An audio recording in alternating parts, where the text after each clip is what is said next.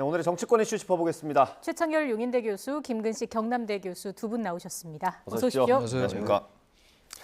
네, 이재명 대표의 체포 동의안이 오늘 국회에 보고되고요. 사흘 뒤죠. 월요일 날 이제 표결이 있을 예정입니다. 뭐 헌정사상 처음 있는 일 아닙니까? 요즘에 그런 말들을 많이 쓰게 됩니다. 헌정사상 처음이라고. 야당 대표의 체포 동의안이 국회로 오고 이걸 또 표결하게 되는 상황인데 전망 뭐 의미가 있을까 싶습니다만 어떻게 보세요? 전망은 뭐 그야말로 부결될 거라고 다 전망하고 저도 그렇게 여러 번 말씀을 드렸고 민주당 내 분위기가 지금 뭐 설령 비명계 의원들이라 하더라도 검찰의 영장 청구가 과도하다라고 하는 분위기가 분명히 있어요. 네. 그리고 이제 그 이유 중에 하나가 영장 청구한 내용을 보니까 170쪽에 달하는 그 내용에 보면은 기존의 언론에 나온 거라든지 뭐 어떤 보도된 것 이런 것들보다 새로운 게 없다라는 것. 그리고 이른바 직접 증거라든지 물적 인적 증거가 빈약하다. 네. 그 이제 영장에 뭐 아시탑이라든지 내로남불이라는 이런 정치적 용어가 들어있다라는 것 이런 것들 때문에 굳이 제1야당 대표에게 영장을 청구했어야 되느냐라는 그 당내 여론적이 분명히 있습니다. 네. 물론 비명계 의원들은 당 대표가 영장 실질 심사를 받는 게 낫지 않냐라는 여론이 있습니다만 그건 별개로 바로 그런 점에서 이번에 뭐 제가 볼 때 이탈표 크게 나올 것 같지 않아요? 예. 이탈표가 나오려면은 28표가 나와야 되는 거 아니겠어요? 그렇죠. 지금 28표라면 굉장히 큰 표 차이거든요. 그래서 그렇다면 거의 민주당이 뭐 거의 자중질환에 빠지는 거고 적어도 이번 표결에서만은 저는 부결이 뭐 되면서 박빙 부결도 아닐 것 같아요. 넉넉하게 될 것 같은데 다음은 모르겠어요. 지금 이제 여러 가지 상황들을 얘기하고 당 원로들도 그렇고 말이죠. 네. 민주당에 좀 그래서 다음은 모르겠습니다만 적어도 이번 표결은 부결될 가능성이 대단히 크다라고 예. 생각합니다. 네. 사실 지금 상황에서는 부결, 가결 뭐 그 결과 자체는 큰 의미가 없는 것 네. 같고 뭐 몇 표로 부결될 것이냐 이게 더 관심인 상황인 거고요. 어제 이재명 대표가 기자간담회를 열었습니다. 검찰 수사에 대해서 사법 사냥이다 이렇게 좀 비판을 했는데 발언 수위도 점점 높아지는 모습이에요. 그렇죠. 그 전에는 뭐 깡패라는 표현으로 대통령을 직접 겨냥을 했고 어제 1시간 넘은 기자회견에서는 뭐 오랑캐, 네. 조폭, 도둑, 강도 설친다. 그러니까 어쩔 수 없이 방탄을 해야 된다는 논리로 이야기를 했습니다. 네. 저는 이제 그 발언 수위 자체가 현직 대통령에 대한 뭐 비난을 했다고 뭐 비판한다기보다는 저는 대통령 후보로 나왔던 분이잖아요. 그러니까 대통령 후보로 나왔다는 건 대통령이 될 수 있을 뻔했던 분 예. 아닙니까? 그리고 현재도 지금 제1야당의 현직 야당 대표입니다. 그리고 의회의 야당을 이끄는 사람이잖아요. 네. 그런데 대한민국 의회의 제1야당 대표가 대한민국 사법 시스템을 정면으로 부인하는 태도를 보이지 않습니까? 네. 아, 도둑, 깡패, 이 오랑캐가 설치기 때문에 우리는 어쩔 수 없이 이 검찰을 믿지 못하니까 구속영장 청구는 부당하니까 나는 방탄을 해야 되겠다. 이런 식으로 논리를 하면 대통령 후보까지 나오신 분이고 현직 야당 대표로 의회의 한 축을 담당하신 분이 대한민국의 한 축인 사법부 시스템을 믿지 못한다는 것을 네. 과연 어떻게 납득이 되겠느냐.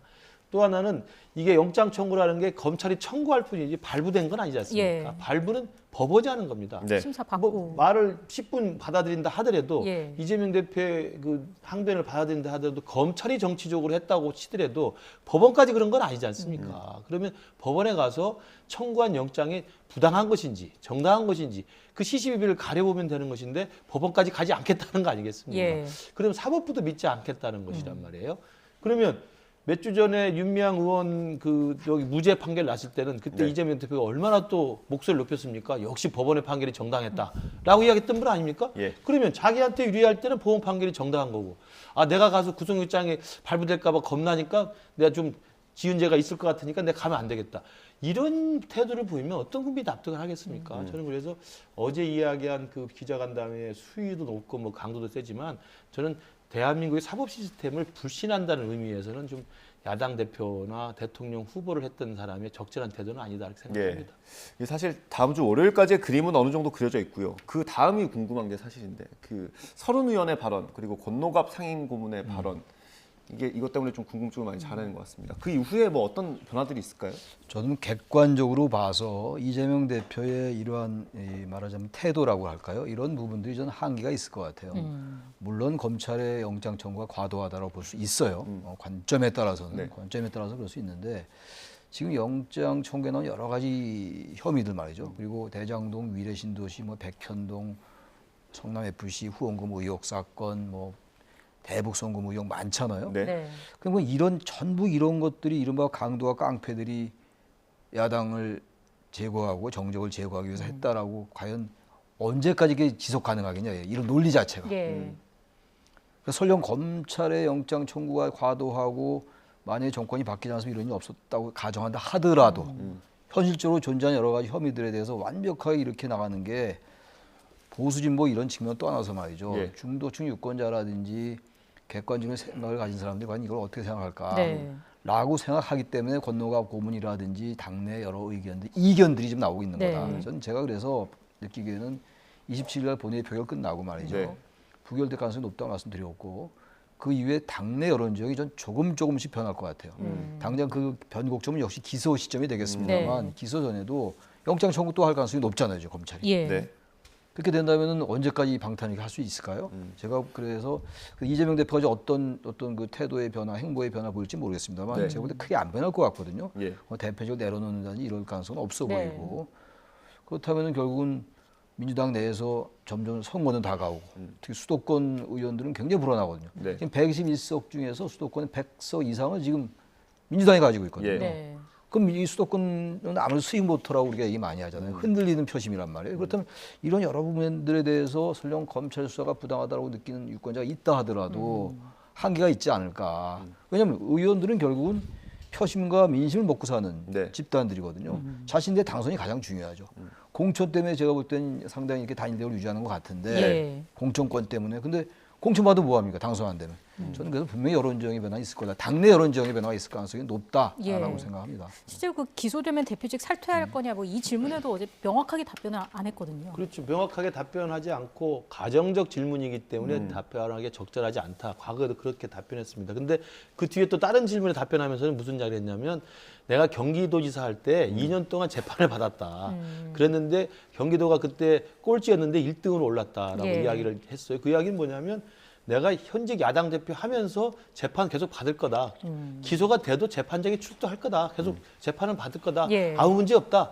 저는 절대 당대표직을 내려놓지 않겠다는 강력한 의지를 이미 어제 표현했다고 생각합니다. 그래서 아마 이제 그랬기 때문에 그러한 이재명 대표의 고집과 이 옥새 작전을 잘 알고 있기 때문에 서른 의원이 지금 비명계 그래도 제일 좌장 아닙니까? 네. 예. 지난 대선 경선 때 비명계에도 좌장이 있습니다. 지난 대선 경선 때 가장 선두에 서서 이제 네. 이재명 대표를 굉장히 아프게 공격했던 분 중에 하나인데 예. 서른 의원이 이제 점심 오차를 같이 했다는 것이고 그리고 끝나고 나서 의원총회에 와서 당연히 이건 체포동의안은 부결시켜야 된다라고 이야기하면서 이번에 부결된 다음에 이재명 대표의 어떤 책임 있는 예. 행동이 있을 거라고 생각하고 있다. 그러니까 뉘앙스가 자기가 부탁을 한 것 같은데 이재명 대표가 수락한 것 같지는 않아요. 네, 네. 뭐 대체적인 해석이 그렇더라고요. 그렇죠. 예. 그러니까 나는 그렇게 생각하고 있다. 기대하기를 원하는 것 같은데 그 이야기는 최 교수님 말씀하신 대로 수도권에 있는 민주당 현역 의원들은 내년에 총선 공천이 문제가 아니라 당선이 더 훨씬 중요한 문제이기 때문에 지금 이번에는 27일 날 체포동의안이 부결시킨다 하더라도 체포동의안은 계속 올라올 겁니다. 네. 그렇지 않겠습니까? 예. 재청구할 수가 있고 그다음에 다른 또 사안이 있지 않습니까? 백현동 있죠. 쌍방울 있죠. 또 정자동 호텔 사건 있죠. 네. 계속해서 체포영장에 날라오면 그때는 어떻게 할 거냐. 그리고 그것이 국민들에게 계속 조금씩 범죄 혐의자로서의 이미지가 계속 고착화될 경우에 총선을 내년에 치러야 되는 수도권의 민주당 현역 의원들은 생각을 달리할 수밖에 없는 것이죠. 예. 그래서 아마 서른 의원의 입장대로 이번 한 번은 부결에 동참하나 이 다음 계속되는 사법 리스크에 대해서는 본인이 당대표직을 내려놓거나 결단을 내려라. 네. 이런 물밑의 요구가 분명히 있었을 거라고 저는 개인적으로 생각합니다. 그 월요일 날 표결하기 전에 이제 한동훈 장관이 그 설명을 하게 되지 않습니까? 그렇죠. 이재명 대표도 이제 설명할 수 있는 기회는 주어지는 건데 실제로 나가서 발언을 할까요? 이재명 대표요? 네. 할 수도 있지 않겠어요? 기자회견도 하는 마당인데 국회에서 국회의원으로서 당연한 권리를 행사한다고 얘기하고 있는 거란 말이에요. 네. 지금 당연히 할 수 있겠죠. 근데 그렇게 되면 사실 한동훈 장관과 내가 어떤 좀 이렇게 급이 같아지는 그런 느낌을 비칠 수 그러면 있어요. 그런 각자의 입장과 위치에서 할 일을 하는 거예요. 한동훈 장관은 정부 입장에서 체포동의안 요청을 하는 것이고 이재명 대표는 이재명 대표 국회의원으로서 이 영장 청구의 부당성을 얘기하는 것이기 예. 때문에 저는 그 맥락에서는 대표와 장관의 뭐 급이 같다 맞지 않다 이건 좀 아닌 것 같고 이재명 대표로서는 지금 총력을 다해서 어쨌든 간에 이 검찰의 영장 청구가 부당하다는 걸 알리는 거예요. 말하자면 이런 겁니다. 좀 가정컨대 만약 이재명 대표가 당 대표가 아니면 네. 그냥 국회의원에 불과하다면 기자회견 해가지고 그럼 국회의원은 부채부특권이 있는 거니까 지금 국회의원 때문에 부채부특권이 네. 되는 거란 말이에요. 근데 만약에 일개 그냥 국회의원이었다면 영장 청구가 부당하다고 해서 기자회견을 할 수 있었겠냐 이런 얘기예요. 쉽지 않지 않았겠어요? 다시 말하면 당 대표라는 직을 가지고 기자회견을 했다고 우리가 추론할 수 있다고요. 그렇다면 그거는 또 이 모든 일들이 민주당에 들어오기 민주당 대표 때 일어난 일들이 아니란 말이에요. 네. 기본적으로. 그 저는 아무리 봐도 말이죠. 검찰 영장 청구 이런 부분들도 뭐 아까 제가 말씀드린 그런 뭐 약간 과한 면이 있다 손 치더라도 말이죠. 영장 청구 안 하고 불구속 기소할 수 있겠죠. 근데 그렇다 하도 그걸 100번 감안한다 하더라도 지금 이재명 대표 이 언어들 강도, 깡패, 무법천지 뭐 이렇게 얘기하는 거 사법 사냥 예.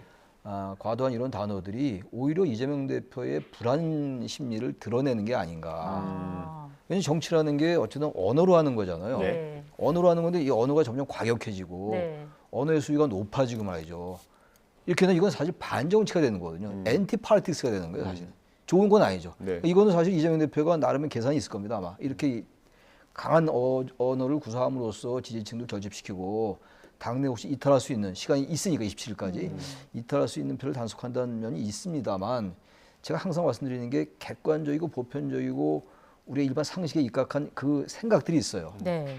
거기에 비춰볼 때 과하다는 느낌이 안 들면 이상한 거 아니겠냐 이런 얘기. 이 단어 자체가. 아까도 김 교수님 말씀하셨습니다. 이런 단어를 안 쓰더라도 얼마든지 조곤조곤 얘기할 수 있다고요. 네. 근데 그 얘기 일방적으로 얘기한 거 아닙니까 기자회견. 다시 말하면 당 대표직이 본인의 의도와 관계없이 의도했건 의도하지 않았건 자신의 여러 가지 혐의를 부인하는데 활용되고 있다. 조금 제가 긍정적으로 말씀드려서 다듬어서 말씀드리면 그렇게 해석할 수밖에 없는 면이 있죠. 왜냐하면 일개 국회의원 같은 게 못했을 거라 이런 얘기예요. 그러니까 당 대표니까 온통 국회 민주당이 다 나서가지고 저러고 있는 거 아니겠어요? 예. 언론도 그래서 많이 갔겠죠. 그렇겠죠. 당연히 그렇겠죠. 그러니까 그런 것들이 우리 중간 유권자들이 볼 때는 불편해 보일 수 있다는 거예요. 객관적으로 말이죠. 예. 이 대표의 어떤 초조함이 보이는 것 같다. 뭐 이런 말씀이신 거고요. 여론이 어떻게 좀 반응을 하고 있는지도 한번 살펴보겠습니다. 오늘 나온 갤럽 지지율 여론조사 결과 저희가 그래픽으로 만들어 놓은 게 있는데요. 하나씩 좀 살펴보겠습니다. 먼저 정당 지지도부터 살펴보겠습니다. 국민의힘 전주와 같습니다. 37%로 나오고요. 더불어민주당이 4%포인트 올랐네요. 34%로 집계가 됐습니다. 다음 그래픽도 이어서 보여주시죠. 이재명 대표 구속 수사해야 할까 그 여부를 물었습니다. 구속 수사를 해야 한다가 49%로 안 된다는 의견에 비해서 8%포인트가 높았습니다. 다음 그래픽 이어서 보겠습니다. 국회의원 불체포 특권 여부에 대해서는 유지를 해야 한다라는 의견이 27%였고요. 성역 없는 수사를 위해 폐지해야 한다라는 의견이 2배 넘게 높았습니다. 57%로 집계가 됐습니다. 하나씩 좀 여쭤볼게요. 일단 민주당 지지율이 어쨌든 국민의힘 지지율보다 조금 낮기는 합니다만은 그래도 소폭 올랐어요. 이건 결집 효과라고 봐야 될까요? 지금 정당 지지율은 좀 들쭉날쭉하죠. 그러니까 크게 그 일관되게 오랫동안 장기간 어느 당이 앞서가고 있다고 보기는 어렵습니다. 네. 또 여론조사 결과에 따라서는 수치가 민주당이 앞서는 수치가 나올 때도 있고 국민의힘이 앞서는 수치가 나올 때도 있는데 그건 거의 사실은 붙어 있다고 생각하면 됩니다. 그리고 이제 주간별로 조금씩 차이가 있는 건 그때 정치적 이슈에 따라서 조금의 중도층이 좀 움직이거나 아니면 지지층 결집하거나 이런 효과이기 때문에 지금 정당 지지도는 제가 볼 때 큰 의미는 없다고 보고요. 다만 이제 이재명 대표를 구속 수사해야 되느냐에 대한 답변에서 49%가 구속 수사해야 된다고 예. 찬성을 하고 있는데요. 물론 해서는 안 된다고 하는 분도 굉장히 많습니다만 네. 제1야당 대표에 대해서 무슨 소환을 해야 된다, 뭐 기소해야 된다 이 정도가 아니라 구속을 해야 된다는데 예. 훨씬 더 많은 게 아니지만 구속을 해야 된다는 것에 오히려 더 많은 분들이 찬성하고 있다는 것은 제가 아까 말씀드린 것처럼 이미 이재명 대표 사법 리스크는 국민들 여론에 현실화돼 있는 거예요. 아 이제 저 사람은 죄가 많은 것 같다. 죄에 대해서 벌을 받아야 될 것 같다. 구속이란 건 가장 강력한 인신에 대한 확보 아니겠습니까? 네. 신병을 확보해서 인신을 구속하는 건데 거기에 해서는 안 된다는 수치보다 해야 된다는 수치가 어쨌든 높다는 것은 네. 현직 야당 대표이고 대선 후보까지 했던 분에 대해서 국민 여론이 범죄자라는 확실한 어떤 이미지가 더 각인된 게 아닌가 생각이 들고요.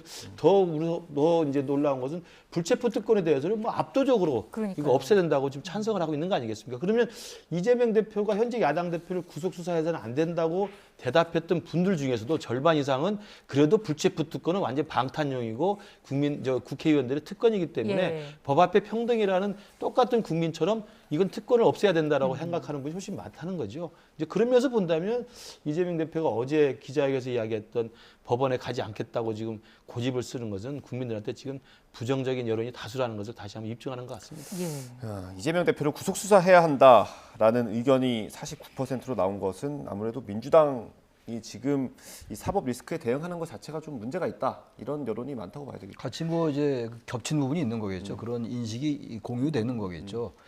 불체포 특권 저 지금 뭐 말씀 나눴습니다만 워낙 압도적이잖아요. 국민들이 불체포 특권은 안 된다라는 네. 거란 네. 말이에요. 특권이란 말이에요. 특권. 네. 원래 헌법에도 특권은 없다고 하면서 헌법에 특권이 나와 있는 거예요. 그게 대단히 이중적이고 모순적이긴 한데 이번 여러 가지 혐의가 있는데 법원이라는 견제 장치가 있는 거거든요. 예. 그러니까 최종적으로 영장 심사를 받은 다음에 영장이 발부 여부가 결정되는 거라서 불체포 특권이라는 건 그런 거조차 아예 그냥 원천적으로 방어하는 거잖아요. 원천적으로 없애는 거란 말이죠. 그렇다면 이거는 사실 법 앞에 평등은 맞지 않는 거죠. 저는 그래서 우리 헌법에서 이 불체포 특권은 지금 헌법에 있는 거니까 바꾸기가 대단히 어렵고 예. 그렇다면 정치인들이 뭐 이재명 대표 본인도 얘기했었습니다만 네. 단지 이재명 대표는 그 불체포 특권을 폐지한다는 얘기는 과도한 권력남용이 없을 때 하는 거다라고 이제 그런 논리를 피고 있긴 해요. 그럼에도 불구하고 어쨌든 그러한 과도한 그 국가 권력의 남용을 방지하기 위해서 사법부라는 게 아직 있는 거거든요. 예. 사법부가 최종 결정을 내리는 거란 말이에요. 그것 뭐 사법부의 판단이라는 게 다 뭐 100% 맞을 수 없다 하더라도 우리 사법 체계나 헌법 체계 내에서 그것까지 부정할 수 없는 노릇이거든요. 다 인간이 하는 거기 때문에. 네. 그렇다면 저는 불체포 특권의 그 부당하다는 게 저렇게 압도적으로 높다면 이재명 대표가 제 1야당 대표로서 저런 여론은 받는 게 맞다. 받아들이고 당당히 가서 심사를 받고 예. 그게 당연히 맞는 거라고 봐요. 저 논리적으로 그렇습니다. 저거. 네. 일단 오늘 본회의에 체포동의안이 보고가 되고 다음 주 월요일에 표결에 붙여지게 됩니다. 그 이후의 상황을 좀 주시할 필요가 있어 보이고요. 오늘 갤럽 지지율, 대통령 지지율도 나왔습니다. 역시나 함께 보면서 좀 얘기를 해보겠습니다. 그래픽 준비된 대로 띄워주시고요. 긍정평가가 일단 37%로 집계가 됐고요. 소폭 올랐습니다. 그리고 그만큼 부정평가가 내린 모습을 볼 수가 있습니다. 긍정평가 이유를 물었더니 노조 대응이 18%포인트나 상승을 했더라고요. 이게 노조 압박과 지지율의 상관관계를 좀 얘기를 해봐야 될 것 같아요. 그렇죠. 그러니까 윤석열 대통령이 취임 초에 낮은 지지율로 고전을 면치 못하다가 그래도 반등할 수 있었던 계기가 됐던 게 뭐냐면 그 당시 노조 파업에 네. 대해서 그리고 그 원칙적 대응을 하면서 역시 법치, 공정 이런 부분에 대한 이제 윤석열 대통령의 그 상표 네. 이것이 이제 성과를 내면서 아마 국민들한테 지지율이 올랐던 걸 다 기억하실 겁니다. 이번에도 마찬가지로 생각합니다. 최근에 와서는 조금씩 가랑비 옷 젖듯이 1%씩 빠지는 추세였는데 왜냐하면 이제 국민의힘 내부 전당대회하고 이제 이른바 윤핵관과 윤심 논란이 있으면서 조금 부정적인 평가가 조금씩 늘어나는 추세였습니다만 이번에 갤럽에서 2% 정도 올랐다고 하는 것은 국민의힘 전당대 상황은 그대로거든요. 그렇다면 네. 올랐다는 것은 이게 전화 면접조사이기 때문에 네. 갤럽 조사는 면접조사이기 때문에 답변하신 분 중에 상당수가 지난주 있었던 이 노조에 대한 불법 행위에 대해서 근본적이고 원칙적으로 대응하겠다. 이 부분이 아마 중도층의 표심을 좀 가져온 게 아닌가 생각이 듭니다. 어느 정도 노린 대로 나온 겁니까? 아니면 노리진 않았는데 이렇게 잘 나온 겁니까? 아마 제가 항상 말씀드리지만 우리 윤석열 대통령이 할 수 있는 가장 잘하는 게 법치입니다. 그리고 대한민국이 지금 세계 10위 경제 국가로 올라와 있습니다만 87년 민주화 이후에 사실은 법치의 상당 부분이 사실은 관행과 생태 그다음에 집단 행동에 의해서 많이 그냥 관행처럼 지나가는 게 많았거든요. 거기 중에 하나가 또 노조고요. 노조만 네. 있는 게 아니고 다른 부분이 대부분 그렇습니다. 그래서 그런 것들 다시 한번 좀 바로잡아 달라는 국민적 여망이 있는 것이고 예. 그 법치를 바로잡는 건 뭐냐면 대한민국이 선진국으로 갈 수 있는 시스템대로 굴러간다는 뜻이거든요. 네. 애가 없이 관행 없이 그 시스템대로 굴러간다는 것이기 때문에 그런 측면에서 윤석열 대통령은 저는 분명히 해야 될 시대적 역할이 있다고 생각하고요. 그 법치 외에 또 정치의 부분들은 또 따로 또 있는 것이기 때문에 정치와 관련해서는 이번에 국민의힘 전당대회로 새로운 지도부가 구성이 되고 예. 내년 총선의 결과에 의해서 아마 윤석열 정부가 정치를 어떻게 할 것인가는 그 뒤에 평가를 받을 수 있지 않을까 싶습니다. 예. 노조 대응, 최 교수님께서는 항상 어떤 이슈 있을 때마다 중도층에게 어떻게 이게 반영이 될 것인가를 중시하시잖아요. 이번엔 어떨까요? 노조 대응이 지난번에 화물연대 그 파업에 대해서 굉장히 대응을 강하게 했단 말이에요. 네. 그 지지율이 올랐죠. 예. 그 연장선에 있긴 있는데 노조의 불법 관행은 굉장히 많긴 많은 것 같아요. 네. 불법 파업도 많고 노조가 이른바 뭐 상당히 이제 물리적 힘을 가지고 뭐 민노총 같은 경우 그런 경우 있죠. 시위라든지 네. 이런 것들로 많은 이제 그 국민들이 불편한 게 많이 있어요. 특히 주말에 뭐 광화문에 시위 때문에 뭐 불편한 게 많고 이런 게 많잖아요. 그리고 일반적인 국민들의 보편적 정서일 수 있습니다. 네. 그러니까 국민들이 이제 노조의 관행이라든지 이런 걸 다 할 수는 없는 거거든요. 어떤 선까지 불법이고 어떤 선까지가 이게 합법인지도 구분하기 사실 어려워요. 네. 그런데 어쨌든 국민들이 지금 이제 노조 중에서도 우리가 노조를 똑같이 얘기를 하는데 규정 노조가 있고 강성 노조가 있고 그렇지 않은 노조도 있어요. 그리고 우리나라 노조의 조직률이 유럽에 비하면 택도 없이 부족해요, 사실은. 네. 그러니까 이건 지금 노조 얘기는 굉장히 큰 힘이 조직화되는 노조들 얘기하는 거예요. 그렇지 않은 사람들은 그 노조에 가입할 그 노조도 없어요, 지금. 예. 우리나라는 말이죠. 그러니까 이제 그런 걸 같이 감안하면서 이렇게 했으면 좋겠어요, 저는. 그러니까 노조를 일반적으로 보편화시키고 그래서 노동자들이 자신들의 권익을 보호하고 자신들의 말을 어떤 구체적인 경로를 통해서 얘기할 수 있는 그 경로를 만들어 주면서 그냥 기존의 강성 노조들, 기득권 노조들이 분명히 있거든요.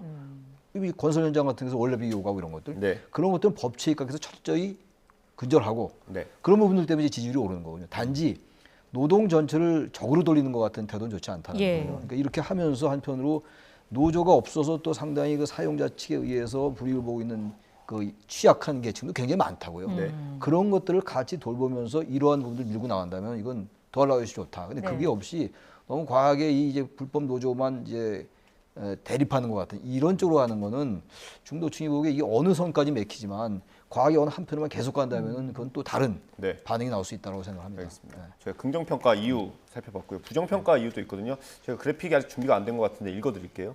경제, 민생, 물가가 18%, 외교 10%, 독단적이다, 일방적이다 9%, 경험이나 자질이 부족하다 5%, 그 다음에 나오는 게 이재명 수사입니다. 4%. 이게 이번에 좀 많이 올랐나 봐요. 비교적 3%포인트가 급하게 올랐더라고요. 이건 어떻게 해석해야 됩니까? 이게 이 퍼센트지를 이제 그 우리가 받아들일 때는 이게 전화 면접 조사라는 것을 감안해야 됩니다. 그러니까 아까도 노조 대응이 18%라는 건 18%가 올랐다는 게 아니라 전화로 답변하시는 분 중에 지난주에 없었던 노조 대응이라는 것이 18% 정도가 이것이 긍정적인 평가를 한 이유로 답변을 하신 거예요. 그러니까 그만 말씀하신 건 부정평가도 뭐 그전에 있었던 민생을 돌보지 않는다, 독단적이다, 뭐 외교가 무능하다 이런 그 윤석열 정부를 이제 상대적으로 불편하게 보는 그 여론층에는 그게 일반적으로 계속 있었거든요. 예. 그게 이제 지난주에 툭 나온 게 이제 이재명 수사가 한 4%가 나왔다는 네. 얘기는 이재명 수사가 이제 지난주에 구속영장 청구를 한 거 아니겠습니까?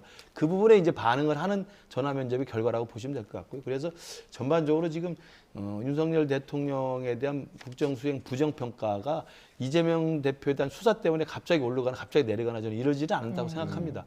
꾸준하게 이제 경제, 민생, 그다음에 외교 안보, 그다음에 뭐 일방적, 독단적 이 세 가지 요인은 그대로 있는 것이고 그 중에 매번 한 번씩 이제 오락가락 이제 이슈별로 나오는 것이어서 예, 말씀드리는 순간 그래픽이 됐는데 예. 저희가 얘기 나누고 있는 이재명 수사 부분이 딱 잘렸습니다.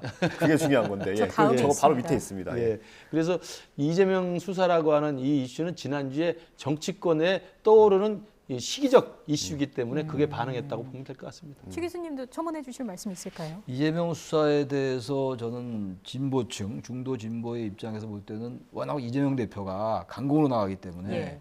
검찰의 수사가 조금 과할 수 있다라는 생각할 수 있을 것 같아요. 압수수색도 많이 했고 말이죠. 또 이제 이 야당 대표가 소환도 3번 했는데 왜 네. 이렇게까지 해야 되냐는 얘기를 계속하고 있잖아요.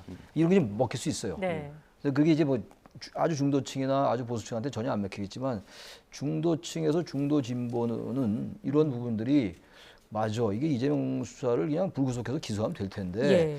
굳이 저렇게까지 할 필요가 있을까?라고 전 맥힐 수 있다고 봐요. 네. 그런 점이 조금 반영됐다. 약간은 반영되지 않았을까 하는 생각이 들어요. 왜냐하면 이게 지금 이재명 대표가 검찰로 각이 딱 서버렸기 때문에 네. 검찰은 마치 윤석열 대통령과 등치가 돼버리고 이런 구도란 말이에요. 구도 네. 자체가.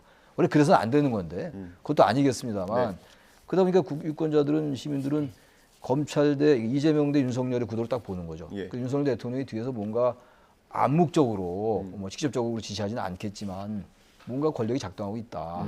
이건 부당하다라는 그런 그러니까 이재명 대표의 혐의가 좋다 나쁘다는 건 뭐 전혀 알 수 없는 것이고 네. 그것과는 별개로 과다라는 그 여론이 있을 수 있어요. 아마 그런 부분이 조금 반영된 건 있다라고 생각합니다. 이런 시각은 어떻습니까? 이게 어쨌든 법원의 판단을 한 번도 받지 못하고 지금 계속 이런 상황이 이어지는 거 아닙니까? 그러니까 네. 여론과 여론이 맞붙는 상태죠. 검찰도 사실 구속영장에 잘 쓰지 않는 표현들을 통해서 네. 여론을 자극을 한 거고 이재명 대표도 기자간담회를 통해서 여론을 만들고 있는 건데 이게 오래되면 검찰로서도 그렇고 정부로서도 그렇고 좀 부담이 되지 않을까요? 그렇죠. 바로 그것이 저는 이재명 대표와 민주당이 노리는 거라고 생각합니다. 그렇습니까? 그러니까 계속 방탄하고 계속 그 불구속 상태로 하겠다는 것이고 그러면 이제 재판이 진행되잖아요. 그럼 불구속 기소를 하면 재판이 진행되면 여러분 조국 전 장관 재판 3년 6개월 끝인 거 아시죠? 윤미향 의원도 지금 임기가 다 끝나는데 이제 재판 1심이 나온 겁니다. 그러니까 특히나 이재명 대표 정도의 제1야당 대표 현직 정치인에 대한 재판이 시작됐다. 불구속으로. 그러면 여론 싸움만 계속 있는 거예요. 그렇지 않겠습니까? 예. 그러면 민주당 생각은 야 이러면 1심 유죄 판결 나기 전까지 내년 총선이 있을 거고 그러면 윤석열 정부의 어떤 실정이나 윤석열 정부의 어떤 문제점을 계속 공격하면서 그냥 유죄냐 무죄냐를 판결 나기 이전에 정치 공방으로서 자기들 지지층 결집하면 총선 해볼 만하다. 예. 이런 생각을 저는 하고 있다고 생각을 해요. 거의 배수진을 치고 있다고 생각을 하는 거죠.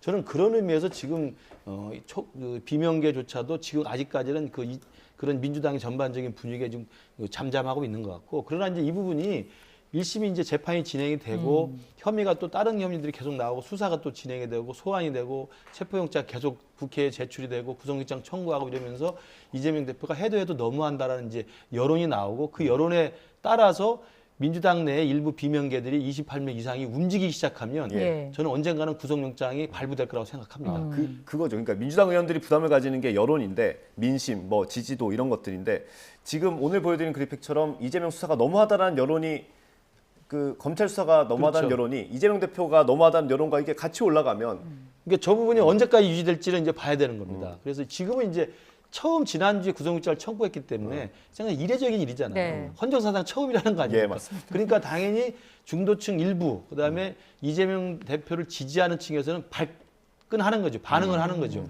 그래서 조금 2% 정도가 있다고 생각을 하고 그러나 이것이 일상화돼서 이재명 대표의 범죄 혐의, 이재명 대표의 소환, 이재명 대표의 수사, 이재명 대표의 기소, 이재명 대표의 구속영장 청구가 계속 나온다고 했을 네. 때 과연 여론이 어떻게 변화할지는 두고 봐야 되고 그 여론의 변화에 따라서는 아까 말한 민주당 내에서 내년 총선을 생각해서 일정한 그 태도의 변화가 있을 것이다. 그러면 그 구속영장 청구했을 때 체포동의안이 가결돼 버리면 예. 저는 법원 갔을 때는 충분히 구속돼서 수갑을 차올 수 있는 그런 장면이 나올 거라 생각합니다. 근데 이게 정치주의가 있고 법치주의가 있잖아요. 네. 정치와 법치인데 근데 법률에 관련된 문제예요. 기본적으로는. 예.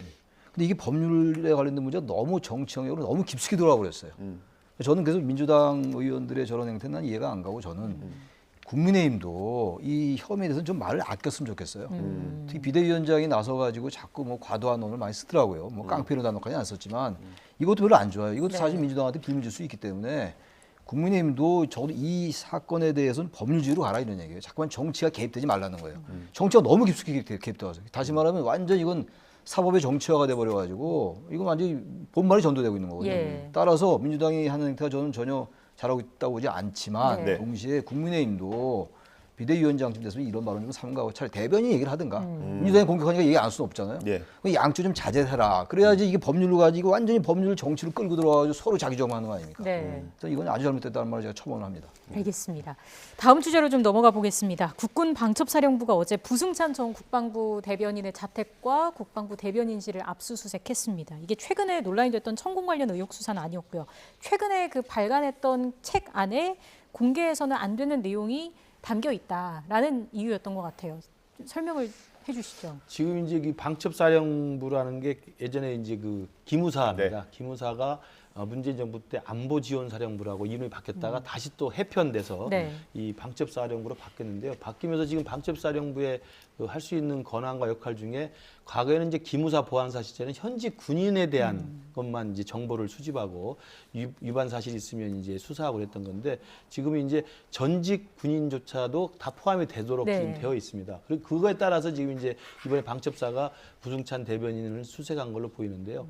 그 이제 입수한 내용은 그거죠. 책을 냈는데 이 책을 냈을 때 현직 국방부 대변인으로 근무했을 당시에 들었던 정보를 이 정보기밀법 위반의 혐의를 가지면서 발설해서는 안 되는 내용이 포함되어 있다는 제보를 받았다는 거예요. 예. 그러니까 이건 이제 다 아시지만 늘공과 어공이 있다고 하지 않습니까? 예. 그분 늘공 이 부분들은 뭐 책을 내지도 잘 않습니다만 예. 어공분들은 이제 그 공무원 생활 하시다가 나오면 그 경험을 바탕으로 책을 네. 내기도 하죠. 특히 정치적인 생각이 있는 분들은 그렇습니다. 그러면 책을 낼 때 당연히 공무원에 그 입사할 때도 그렇게 씁니다만 자기가 공무원 재직 중에 취득한 정보를 몇 년 정도까지는 발설하지 않는다, 외부에 유출하지 않는다는 걸 각설 다 써요. 예. 이제 그런 내용이 다 있기 때문에 그걸 어겼다는 지금 혐의를 잡고 아마 수색한 것을 봐야 될 것 같습니다. 그래서 이건 그 무슨 천공이 그 용산 관절을 갖느냐 안 갖느냐 이 논란을 벗어나서 예. 최근에 부승찬 대변인이 냈던 책에 그 그 군사기밀 유출이라고 하는 그 위반된 사실이 있는지를 확인하기 위한 수색이라고 예. 일단 방첩사는 설명하고 있습니다. 네. 예, 이게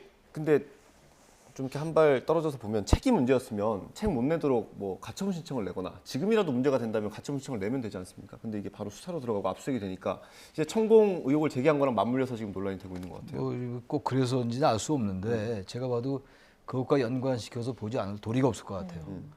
그냥 이 부승찬 전 대변인이 책 낸 게 그 문제가 핵심 아니에요. 천공이 그 육참 총장 공무원 예. 불러봤다라는 거. 네. 그러다 보니까 이제 또 물론 군사기밀보호법 위반 이건 신고가 들어온 거니까 할 수 예. 있는 거예요. 할 수 있는데 이게 제가 볼 때는 그 부승찬 전 대변인 얘기는 이게 지금 언론에 보도된 것들이라는 거잖아요. 네. 군사기밀보호법인데 위반인데 여기 내용들 보면은 저는 군사 전문가가 아닙니다만 그 대단한 내용들은 아닌 것 같아요. 네. 이게 군사기밀에 해당하지 않는지 전 모르겠어요. 근데 이런 이게 거기. 그 네. 교수님 설명대로라면 이게 기밀이 아니어도 내 업무 중에 들은 걸 그렇죠. 이렇게 하는 것 자체가 문제가 될 수 있다는 거잖아요. 대부분 그래서 군사 관련된 기관에 재직하던 분이 책을 낼 때는요, 그 기관에 다 보안 검사를 다 받습니다. 그게 절차상 되어 있습니다. 아마 그걸 부승찬 전 대변인도 아마 했을지 모르겠습니다만 이분은 이제 본래 공사 출신이긴 합니다만 민간인으로 오랫동안 있었고 문재인 정부 때 청와대 행정관을 하고 국방부 대변인 했기 때문에 이제 일종의 이제 어공이거든요. 그래서 이제 아마 그런 그 군사 관련된 기관에 있을 때 사전에 책을 낼 때 기관 내부에 사전 그 검열 조치를 받았는지가 아마 관건이 될 것 같습니다. 그렇게까지 엄격하게 하면 회고록을 낼 수 있는 사람이 있습니까? 그러니까 지금 여기 나온 내용들이 이게 군사 기밀에 해당하는지 안 하는지가 이제 핵심일 것 같아요. 그걸 이제 방첩사가 판단할 텐데 이 방첩사가 이제 국군 안보지원사령부라고 예. 해요. 아까 말씀처럼 이제 전에 기무사고, 과거에 이제 국군 보안사령부고 이렇단 네. 말이에요. 이제 바뀌어서 이제 이 민간인에 대한 수사를 하는 건데 저는 이건 조금 과한 것 같아요. 신고가 들어와서 조사할 수 있는 건데 아니면 혐의 피의자로 보는 건 아니니까 그렇다 하더라도 그 천공 그 부분 때문에 이제 부승찬 전 대변인 얘기가 많이 나온 건데 네. 이건 조금 수위 조절 좀 해야 될 것 같아요. 그 정도로 군사기밀은 아닌 것 같은데 전 모르겠어요. 객관적으로 잘 이게 해당할 수도 있겠죠. 네. 예. 그 천공 그 측에서 이제 관저 선정과 관련한 논란에 대해서 입장 정리를 안 하기로 했다 이렇게 또 얘기를 했더라고요. 한 어제 언론 이제 보도 보니까. JTBC 보도에 나온 건데요. 네. 과거에 한번 다른 그 방송사에서 이제 천공을 직접 취재를 하려고 했는데 잘 안 됐고 천공 측 관계자가 간 적이 없다라고 이제 예. 말한 것으로 보도가 됐고요. 어제 JTBC 보도는 다시 또 천공을 만나러 갔는데 천공의 목소리를 못 듣고 천공 측 법무팀장이라는 사람이 네. 지난번에 그 보도는 잘못된 것이다. 그러니까 그 육참 총장 공관을 갔는지 안 갔는지를 입장을 내지 않기로 했다. 조금 한 발 물러선 듯한 예. 보도입니다. 그래서 그 실체적 내용은 아직은 확인이 되지 않고 있는 것 같습니다. 네. 그러나 최근에 이와 관련돼서 이미 고발된 사건이기 때문에 경찰이 수사를 하고 있는데 아직까지는 천공 당사자를 지금 소환하지 않고 있는 거고요. 그리고 또 하나는 이제 휴대폰 위치 추적을 했는데 당시 그 날짜, 특정한 그 날짜 그 시간에 용산 근처에 이 천공이 갖고 있는 휴대폰이 포착되지 않았다는 예. 것이 지금 나오고 있어서 아마 경찰이 이제 고발된 사건이기 때문에 수사를 안 할 수가 없습니다. 네. 이미 김종대 의원이나 다 수사를 했기, 참고인 조사를 했기 때문에 수사를 해서 지난번에 그 청담동 술자리 사건 같이 이게 가짜 뉴스인지 아닌지는 분명히 좀 신속하게 밝혀져야 된다고 생각을 합니다. 그리고 예. 하나 제가 말씀을 좀 추가드리면 부승찬 대변인의 이제 군사기밀 유출보호법 위반이라는 건 뭐냐면 저도 이제 우리 박사과정에 군인에 계신 분들이 논문을 많이 씁니다만 현직에 계신 분이 논문을 쓰더라도 그 내용의 박사 논문 중에도 본인이 군 복무 재직 중에 알고 있었던 사실을 특별한 인용 없이 이야기하는 건 그 다 걸리게 돼 있습니다. 그래서 논문을 쓰더라도 논문에 인용할 수 있는 것은 그 사실은 기사에 나온 것, 공개적으로 언론에 다 외부에 유출 공개된 것 이것만 가지고 쓰게 돼 있습니다. 예. 근데 뭐 지금까지 알려진 내용은 사실 기사에 언급된 것도 있다라는 보도도 있긴 하더라고요. 대부분 그런 걸로 하려고 하고 있습니다만 지금 방첩사에서 이야기했던 요 2021년 한미 안보 연례 협의회 이때 나왔던 이 내용은 그냥 봐도 좀 세세한 비하인드 스토리거든요. 이런 것들이 언론에 나왔는지 제가 볼 때 확인할 필요가 있을 것 같습니다. 알겠습니다. 그 천공이 명확하게 선을 그어주면 좋은데 말씀하신 대로 좀 말이 왔다 갔다 해요. 천공 측 글쎄요. 관계자의 말이. 근데 지금 김종대 의원 같은 고발을 당한 상태인데 이렇게 추정을 하더라고요. 천공 측이 경찰 수사 결과를 보면서 좀 재는 거 아니냐 이런 의혹을 제기하기도 뭐 했습니다. 저희들로서야 알 수가 없죠. 천공 측이 그렇게 얘기하는 마당에 뭐 어떻게 알 수가 있겠어요. 그런데 이 문제는 아까 김 교수님 말씀처럼 반드시 짚고 가야 될 것 같아요. 이게 유야무야 될 건 아닌 것 같고 어느 한쪽이 거짓말하고 있는 거거든요. 분명히. 근데 어쩐 부승찬 전 대변인으로서는 그때 그 참모총장 얘기를 보고를 받았다고 얘기를 하는 거잖아요. 네. 근데 글쎄요, 이거 CCTV를 보면 알 수 있을 것 같은데 네. 뭐 CCTV도 뭐 그게 없어졌을 거다. 뭐 이런 얘기도 있고 예. 또 뭐 보고 날 수 있다 이런 얘기가 있으니까 그건 저는 어쨌든 과학적으로 그 마음을 먹으면 할 수 있을 것 같아요. 그래서 밝힐 필요가 있죠, 이거는. 이게 만약에 천공이 그야말로 육군 참모총장 공간을 둘러봤다면 말이 안 되는 얘기죠. 있을 수 없는, 상상할 수 없는 얘기고. 네. 그게 아닌데 이렇게 한다면 이 부분도 정말 책임을 져야 되는 거죠. 없는 일을 이 책에다 회고록의 형태로 얘기를 해가지고 여론을 왜곡시키고 예. 이것도 책임져야 되는 거라서 반드시 이건 진실을 밝혀야 된다. 그 말씀드립니다. 진실을 밝혀야 합니다. 알겠습니다. 오늘 두 분 말씀 여기까지 듣겠습니다. 최창결 용인대 교수, 김근식 경남대 교수와 함께했습니다. 고맙습니다. 감사합니다. 네, 감사합니다.